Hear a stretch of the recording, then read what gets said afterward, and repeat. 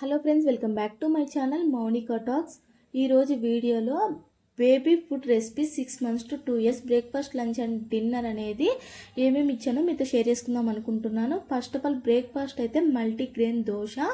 ఇక్కడ మీకు కనిపించిన విధంగా మల్టీగ్రెయిన్స్ అనేవి తీసుకొని ఓవర్ నైట్ అయితే నానబెట్టాలి. నేను ఏమేమి మల్టీగ్రెయిన్స్ అనేది తీసుకున్నాను అనేది డిస్క్రిప్షన్లో డీటెయిల్గా మీతో షేర్ చేసుకున్నాను, వెళ్ళైతే చూడండి.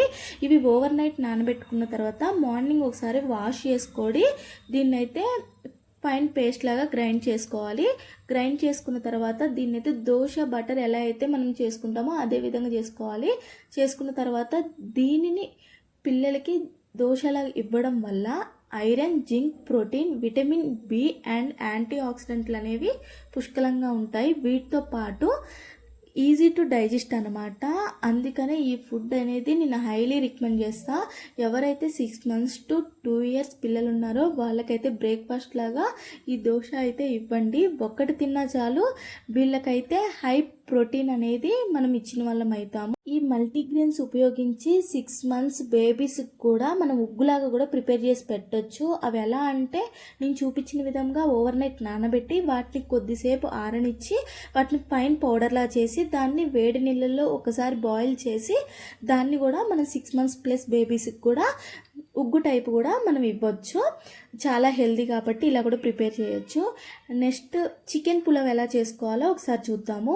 ఇక్కడ మీకు చూపించిన విధంగా నేనైతే కుక్కర్ అయితే యూజ్ చేస్తున్నాను. చికెన్ అయితే చిన్న చిన్న పీసెస్ లా కట్ చేసి దాంతో పాటు మనకు కావాల్సిన వెజిటేబుల్స్ అన్ని యాడ్ చేసుకున్నాము. కొంచెం ఫ్రై అయిన తర్వాత దీంట్లో రైస్ అండ్ వాటర్ యాడ్ చేసుకోవాలి.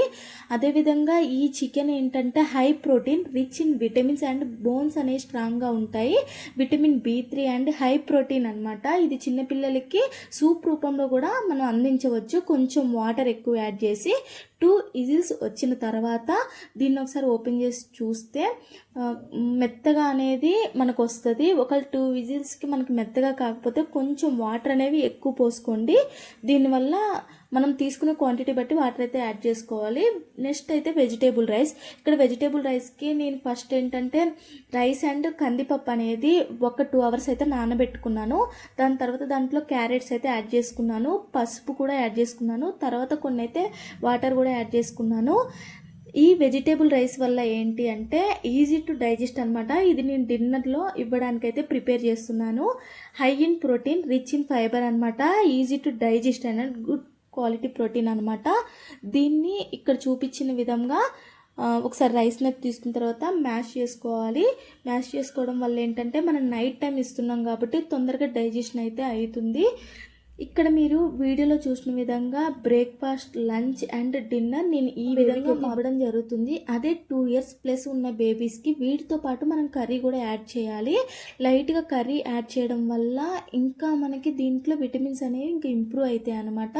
వీటితో పాటు చికెన్ కానీ ఇప్పుడు నేను చూపించిన వెజిటేబుల్ రైస్ కానీ సూప్ రూపంలో కూడా ఇవ్వచ్చు. ఎవరైతే ఫుడ్ తినడానికి ఇంట్రెస్ట్ చూపరో వాళ్ళకి ఫుడ్ రూపంలో కాకుండా లిక్విడ్ రూపంలో కూడా మనం వాళ్ళకి అందజేయచ్చు. 6 months ప్లస్ నుంచి 2 years వరకు కూడా మనం సూప్ లాగా కూడా వాళ్ళకి స్నాక్స్ టైంలో కూడా మనం అయితే ఇవ్వచ్చు. దీనివల్ల ఏమవుతుందంటే వాళ్ళకి ఐరన్ అనేది ఇంప్రూవ్ అవుతుంది. ఇప్పుడు మీతో షేర్ చేసుకున్న breakfast, lunch and dinner food అనేవి హైలీ న్యూట్రిషన్ ఫుడ్ అనమాట. ఇవి మీ పిల్లలకైతే కంపల్సరీ ఇంట్రడ్యూస్ చేయండి. అదేవిధంగా దీంట్లో అయితే బోన్స్ స్ట్రెంగ్త్ అయితే ఇంప్రూవ్ అవుతుంది మీ బేబీస్ది. If you like this video, do like, share and subscribe our channel. Thanks for watching.